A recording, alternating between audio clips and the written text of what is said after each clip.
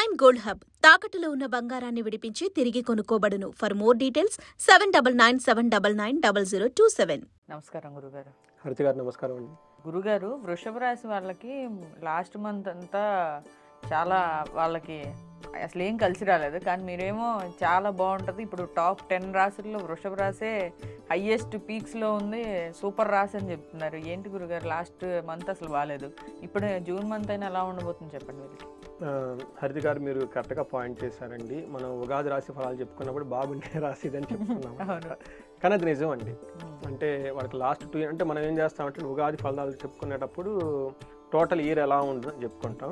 But ఇందులో కొన్ని మనసు బాగుండదు. మీరు చెప్పిన విధంగా నాకు చాలా ఫోన్ కాల్స్ వృషభ రాశి వాళ్ళకి వచ్చినాయి. అందులో జాబ్ పోయినాయని 2-3 వచ్చాయి, ఇబ్బంది పడుతున్నామని వచ్చారు. ఆల్రెడీ మాకు జాబులు బాగలేదు, ఆ జాబుల్లో బాగపోయిందని అని వచ్చిందండి. 2-3 కాల్స్ వచ్చినాయి నాకు. అందులోనూ రోహిణి నక్షత్రం వాళ్ళది, మృగశిర వాళ్ళకి కాల్స్ వచ్చినాయి. మీరు చెప్పింది కరెక్టే. అయితే ఈ జూన్ మంత్లో ఎలా ఉండబోతుందంటే, ఎందుకంటే లాస్ట్ 2 మంత్స్ సూర్యుడు వీళ్ళకి 12వ స్థానంలో 10వ స్థానంలో ఉండటంతో ఏమైందంటేనండి స్థాన నాశనం అని చూపిస్తుంది. దానితోడు వాళ్ళకి గురువు కూడా మారకపోయేసరికి ఇబ్బంది పడ్డారు. అయితే జూన్ మంత్లో ఇంతకుముందు ఉన్నంత తీవ్రత ఉండదండి. ఒక రీజన్ ఏంటంటే గురువు ఆల్రెడీ మారటం వల్ల చాలా బాగుంది. రెండోది సూర్యుడు కూడా మారుతూ ఉన్నాడండి. బట్ జూన్ మంత్ వీళ్ళు కొంచెం జాగ్రత్తగా ఉండాలి. ఎందుకని మంచిది, ఎందుకంటే గురువు మారిన వాళ్ళ యొక్క ఇంపాక్ట్ వాళ్ళు ఇంకా ఎక్స్పీరియన్స్ అవ్వట్లేదు. ఎందుకంటే గురువుకి విపరీత వేద అని వేరే గ్రహం ఉండటం వల్ల అడ్డం ఉంటుంది అనమాట. గ్రహం వచ్చినా కానీ అంటే ఆ గ్రహం అదే మొన్న చెప్పారు లాస్ట్ ఎపిసోడ్స్ లో, అంటే ఏదైనా ఒక గ్రహానికి అడ్డు ఉంటే కనుక దాని ఫలితాలు పూర్తిగా వీళ్ళు పొందరు. అది ఒక్కొక్కసారి ప్లస్ అవుతుంది, ఒక్కొక్కసారి మైనస్ అవుతుంది. కరెక్ట్. వీళ్ళకి ఏంటంటే గురువు మంచి చేయాలి, కానీ గురువు ఎంటర్ అయిన టయానికి వేరే ఇంకొక గ్రహం అడ్డం రావడంతో అతని యొక్క ఫలితాలను వీళ్ళు అనుభవించటం లేదు. దానికని జూన్ మంత్ కొంచెం పేషెన్సీగా ఉండాలి. దీంతోపాటు సూర్యుడు 2nd హౌస్లో ఉన్నారనమాట. లాస్ట్ 2 మంత్స్ నుంచి సూర్యుడు కొంచెం ఇబ్బంది పెడుతూ ఉన్నారనమాట. బట్ ఎనీవే వీళ్ళకి జూన్ మంత్ కొంచెం కేర్ఫుల్గా ఉండాలి. ఆ తర్వాత వీళ్ళకి చాలా బాగుంటుంది. సూర్యుడు కుజుడు వీళ్ళకి మంచి చేస్తారంటారు ఈ నెల. వీళ్ళకి మిక్స్డ్ రిజల్ట్ అండి. అంతా కొంచెం ఛాలెంజింగ్గానే ఉంటుంది. మే మంత్ కొంచెం ఎలా ఉంటుందో జూన్ మంత్ కూడా వీళ్ళకి ఆల్మోస్ట్ అలానే ఉంటుంది. మీరు చెప్పిన విధంగా కొంచెం ఛాలెంజింగ్గా ఉండే మాసం అని మనం చెప్పుకోవాలి. మనం డీటెయిల్స్ చూద్దామండి. వృషభ రాశి వాళ్ళ కనుక చూసుకుంటే కృతిక 2, 3, 4 పాదాలు, రోహిణి 1, 2, 3 పాదాలు, మృగశిర 1, 2 పాదాలు అంతా వృషభ రాశి కింద ఉంటాయి. అయితే మనకి పేరు బలంగా కనుక చూసుకుంటే అందులో ఈ, ఊ, ఏ, ఓ, వా, వి, ఊ, వే, ఓ అన్న పేర్లంతా వృషభ రాశిలో ఉంటాయండి. గ్రహస్థితిని కనుక చూసుకుంటే సూర్యుడు సంచారం మిథున రాశిలో జనవరి 15 ఉంటుంది. బుధుని సంచారం మిథున రాశిలో జూన్ 6వ తారీఖు ఉంటుంది. శుక్రుడు సంచారం మీనరాశిలో వాళ్ళు ఆల్రెడీ జూన్ 29th వరకు ఉన్నారండి. లాస్ట్ 2 మంత్స్ నుంచి జూన్, జూలై అంత అక్కడే ఉన్నారు వాళ్ళు. తర్వాత కుజుడు వచ్చేటప్పటికి సింహరాశిలో జూన్ 7వ తారీఖున ప్రవేశిస్తున్నాం అనమాట. ఈ యొక్క గ్రహాల యొక్క స్థితిని బట్టి మనకి వీళ్ళకి ఎలా ఉందో చూద్దాం.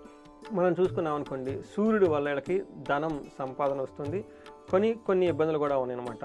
4వ ఇంట్లో కుజుడు ఉండటం వల్ల శత్రువులతో వీళ్ళకి ఏమవుతుందంటేనండి కూర్చొని మాట్లాడుకుంటే సరిగ్గా శత్రువుల పైన ఆధిక్యత వీళ్ళకి వస్తుంది. అంటే ఇక్కడ సూర్యుడు వస్తున్నాడు అని అంటే ఎవరో మనకు తెలిసిన వాళ్ళే డబ్బులు తీసుకొని వస్తున్నారు, కానీ వాళ్ళకి కొంచెం మనకి చెడు చేసే టైప్ అనుకోవచ్చా?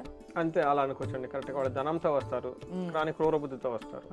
అలా ఉంటుంది అనమాట. వీళ్ళకి ధనం విషయంలో బాగుంటుంది, కానీ వాళ్ళ ప్రజెన్స్ మాట్లాడేదంతా బాగుండదు. అలానే మనకి శుక్రుడు వీళ్ళకి 12వ ఇంట్లో ఉండటం వల్ల అగైన్ ఫైనాన్షియల్గా గెయిన్ ఉంటుంది. బట్ ఒక రకంగా ఏం చేస్తారంటే సూర్యుడు తన ఉన్న పొజిషన్ కానివ్వండి, తర్వాత తన దృష్టి ఉండటం వల్ల అంత యోగ్యకరంగా ఉండదు. సూర్యుడు 2వ ఇంట్లో ఉండటం వల్ల ఏమవుతుందంటే మనకి ధనం అయితే వస్తుంది, కానీ ఇలా ఇందాకని చెప్పిన దుష్టబుద్ధితో వస్తే ఏం చేస్తారు, మనకు పెడతారు కదా. ఇక ఏమవుతుందంటే మనకు మహర్షులు ఏం చెప్తారంటే సూర్యుడు కనుక 2వ ఇంట్లో ఉంటే హీనత్వం, దుష్ట సంసర్గో, మనస్తాపో, శిరోవెదహ, నిష్ఫలం కృషి వాణిజ్యం. డబ్బు వస్తుంది కానీ హీనత్వం, నీచ బుద్ధి పుడుతుందంట వీళ్ళకి. రెండోది దుష్ట సంసర్గో, దుష్టులతో సవాసం చేస్తూ ఉంటారు. తర్వాత మనస్తాపం, మనస్తానికి ఏదో ఒక బాధతో పడే అవకాశం ఎక్కువగా ఉంటుంది. శిరోవేద, తలనొప్పి ఎక్కువగా ఉంటుందంటే ఈ టైంలో వీళ్ళకి. అంతేకాకుండా వ్యాపారం చేసినా, బిజినెస్ చేసినా అందులో కలిసి రాకుండా ఇబ్బంది పడే అవకాశం ఎక్కువగా ఉంటుంది. ఇది సూర్యుడు రావటం వల్ల వచ్చే negative effect. Along with money అయితే ఉంటుంది. 9వ ఇంట్లో ఉండటం వల్ల గొడవలు అయ్యే అవకాశం ఎక్కువగా ఉంటుంది. 8వ ఇంట్లో దృష్టి ఉండటం వల్ల గొడవలు అయ్యే అవకాశం ఎక్కువగా ఉంటుంది. పర్టికులర్గా లేడీస్ అయితే అత్తగారింటి ద్వారా గొడవలు అయ్యే అవకాశం ఎక్కువగా ఉంటుంది. ఎందుకంటే 8th హౌస్ని అత్తగారి ఇల్లు అంటారు లేడీస్కి మ్యారీడ్ అయిన వాళ్ళతో. వాళ్ళ నుంచి ప్రెషర్ వచ్చే అవకాశం ఎక్కువగా ఉంటుంది. వాళ్ళ నుంచి ఏమంటారు సూటిమోటి మాటలు పడే అవకాశం కూడా ఉంటుంది. కేర్ఫుల్గా ఉండాలి. బట్ ప్లానెట్స్ అయితే మనం ఆపలేం కాబట్టి పట్టుకోకుండా లెట్ ఇట్ గో అన్నట్లు ఉండాలి. తర్వాత వీళ్ళకి మార్స్ వచ్చేటప్పటికి 4వ ఇంట్లో ఉండటం వల్ల ఏమవుతుందంటే ఇది కూడా మిక్స్డ్ రిజల్ట్ అని మనం చెప్పుకోవాలి. వీళ్ళకి ఏమవుతుందంటేనండి 4వ ఇంట్లో సుఖస్థానం అంటారు, భాగ్యస్థానం అంటారు, భాగ్యహాని, తర్వాత భయం, క్రూరం, బంధువైరం, ధనక్షయం, రోగ పీడాది సంతాపం, చతుర్దశానికి 4వ ఇంట్లో ఉండటం వల్ల ఏమవుతుందంటే భాగ్యహాని, లక్ కలిసి రాకుండా ఉంటుంది, క్రూర బుద్ధి ఉంటుంది, బంధువులతో వైరం ఉంటుంది, తర్వాత చికాకులు, స్థాన నష్టం, తర్వాత ఇవన్నీ వచ్చే అవకాశం అంటే ఒక రకంగా నెగిటివ్గా ఉండే అవకాశం ఎక్కువగా ఉంటుంది. వీళ్ళు దృష్టి 7వ ఇంట్లో ఉండటం వల్ల అగైన్ మానసిక ఒత్తిడి, ధనాన్ని కోల్పోతూ ఉంటారు అనమాట.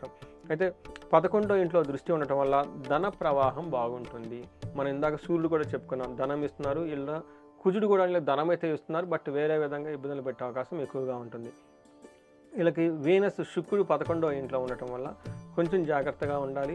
వీళ్ళకి ఆయుధ పీడ, శస్త్రపీడ, చోరబాధాచ, క్లేశో, మహద్భయం, కృషి రవ్యాది సర్వ విఘ్నం శాత్ ద్వాదశకే శుక్ర.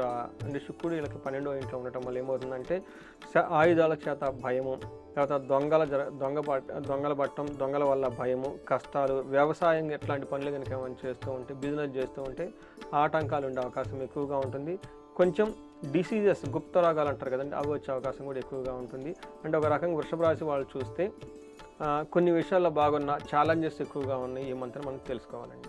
మరి నక్షత్రాలను బట్టి వీళ్ళకి ఎలా ఉంది గురుగారు? నక్షత్రం కృతిక, రోహిణి, మృగశిర నక్షత్రాలు 3 నక్షత్రాలు ఉంటాయండి. కృతికా నక్షత్రం కనుక చూసుకుంటే వీళ్ళకి ఐశ్వర్యవంతంగా ఉంటుంది, ధనలాభం ఉంటుంది, మృస్థానం, చక్కగా పార్టీలు, ఫంక్షన్లు అన్నీ అటెండ్ అవుతూ ఉంటారు. అయితే మనకి ఛాలెంజ్ నెగిటివ్ సైడ్ కనుక చూసుకుంటే వీళ్ళకి కలహం, గొడవలయ్యే అవకాశం ఎక్కువగా ఉంటుంది. బంధనము, బంధించబడినట్లుండే సిచ్యువేషన్స్, పరిస్థితి ఎక్కువగా ఉంటుంది. నాశనము, జూన్ 26 వరకు ఏదైనా కనుక పని చేస్తే ఆ పనిలో వీళ్ళకి, లేదంటే అంతకుముందు ఆల్రెడీ ఏదైనా పని ఉంటే ఆ పని యొక్క రిజల్ట్ రాకుండా ఇబ్బంది పడే అవకాశం ఎక్కువగా ఉంటుంది. బంధించబడినట్లుండే సిచ్యువేషన్స్ అంటే ఒక టఫ్ సిచ్యువేషన్స్ వీళ్ళు ఫేస్ చేస్తారు, కన్ఫ్యూజన్లో ఉంటారు. ఈ పని చేస్తే ఎలా ఉంటుంది, చేయకపోతే ఎలా ఉంటుంది, ముందుకెళ్తే ఎలా ఉంటుంది, బ్యాక్ సైడ్ వెళ్తే ఎలా ఉంటుంది అని ఒక మీమాంసతో ఉండేసి ఇబ్బంది పడే అవకాశం ఎక్కువగా ఉంటుంది. ఈ టైంలో వీళ్ళు ఎక్స్పర్ట్స్ని కానివ్వండి, లేదంటే ఆస్ట్రాలజీని కనుక కలిస్తే వాళ్ళ యొక్క డైరెక్షన్ ద్వారా వీళ్ళకి ముందుకెళ్తే బాగా కలిసి వస్తుంది. రోహిణి నక్షత్రం వాళ్ళకి ఐశ్వర్యవంతంగా ఉంటుంది, ధనలాభం ఉంటుంది, సంపదలో ఉంటాయండి. ఎంత పాజిటివ్. వీళ్ళకి ఛాలెంజెస్ ఎక్కడ ఉంటుంది, నాశనము, కలహము, అగైన్ నాశనం అని చూపిస్తూ ఉందండి. తర్వాత మృగశిర నక్షత్రం వాళ్ళకి పాజిటివ్ సైడ్లో కనుక చూసుకుంటే ఐశ్వర్యవంతంగా ఉంటుంది, ధనలాభం ఉంటుంది. బట్ మనకి ఛాలెంజ్ సైడ్లో తీసుకుంటే వీళ్ళకి మృత్యుభయము, నాశనము, కలహము అని చూపిస్తూ ఉన్నాయి. ఇవన్నీ నెగిటివ్ సైడ్లో ఉన్నాయి కాబట్టి కొంచెం జాగ్రత్తగా పరిస్థితిని హ్యాండిల్ చేసుకుంటూ ముందుకెళ్తే బాగుంటుందండి. మరి వీళ్ళకి పరిహార మార్గాలు గురుగారు? వీళ్ళకి ఎక్కువగా ఇబ్బంది పెట్టే గ్రహం వచ్చేటప్పటికి కుజుడండి. కుజుడు, సూర్యుడు ఇద్దరు ఇబ్బంది పెడుతూ ఉన్నారు కాబట్టి ఇవి 2 పాప గ్రహాలు. మీరు చెప్పిన విధంగా చూసుకుంటే వీళ్ళకి గొడవలు కాకుండా ఉండటానికి చండీ హోమం, చండీ పారాయణం కనుక చేయించుకుంటే చాలా బాగుంటుంది. లేదంటే అట్లీస్ట్ వీళ్ళు సుబ్రహ్మణ్యేశ్వర స్వామి దేవస్థానాన్ని విజిట్ చేసి కందులు 1 కేజీ బాగు కనుక దానం చేస్తే ఆ దోషం పోయి చక్కగా ఉంటారని మనం తెలుసుకోవాలి. అలానే సూర్యుడు వీళ్ళకి మిక్స్డ్ రిజల్ట్ ఇస్తున్నారండి. ఒక పక్కన ఐశ్వర్యాన్ని తీసుకొస్తున్నారు, ఒక పక్క ధననాశనం కూడా తీసుకొని వస్తున్నారు. ఆదిత్య హృదయ స్తోత్రం చదివితే చాలా బాగుంటుంది. తర్వాత కొంతమందికి బంధించబడినట్లున్న సిచ్యువేషన్స్ ఉంది కాబట్టి వీళ్ళు విష్ణుమూర్తికి సంబంధించిన ఆలయాలు, తిరుపతి వెంకటేశ్వర స్వామిని, ఎట్లాంటి మనకి విష్ణుకి సంబంధించిన దేవాలయాలు విజిట్ చేస్తే చాలా బాగుంటుందండి. ఇవి కాకుండా ఇంకా వేరే వాళ్ళకి ఏదైనా కనుక ప్రాబ్లం ఫేస్ చేస్తుంటే, మ్యారేజెస్ కనుక జరగకుండా ఉంటే వాళ్ళకి అన్యోన్య దాంపత్య పాశుపతం కానివ్వండి, వర పాశుపతాభిషేకం చేయించుకోవటం, కొంతమందికి దృష్టి, ఏడుపులు ఇవన్నీ ఉంటాయండి. వీళ్ళకి మన్యు పాశుపతాభిషేకం చేయించుకుంటే చాలా బాగుంటుంది. ఇంకా ఏదైనా కనుక మృత్యు భయం ఎవరైనా కనుక బాధపడుతుంటే అమృత మృత్యుంజయ పాశుపత అభిషేకం కానీ, హోమం కానీ చేయించుకుంటే చాలా బాగుంటుందండి. రైట్ గురుగారు, థ్యాంక్ యూ. సో చూసారు కదండి, జూన్ నెలలో వృషభ రాశి వాళ్ళకి అందరూ చెప్తున్నట్టుగా టాప్ 10లో ఉన్న అదృష్ట రాశి అయినప్పటికీ కూడా వీళ్ళకి ఛాలెంజెస్ అనేవి ఎక్కువగా ఉన్నాయి. సో వీళ్ళు సాధ్యమైనంత వరకు మేనేజబుల్గా ఉండి తగిన జాగ్రత్తలు తీసుకోవాలి. ఇంకా మాకు సమస్యలు తీవ్రత ఎక్కువగా ఉందని ఎవరైతే ఫీల్ అవుతుంటారో వాళ్ళు గురుగారికి కాల్ చేసి కూడా పరిహార మార్గాలను తెలుసుకోవచ్చు. మీరు అప్రోచ్ అవ్వచ్చు గురుగారిని. స్క్రీన్ మీద స్క్రోల్ అవుతున్న నెంబర్కి కాల్ చేసి. థ్యాంక్ యూ గురుగారు.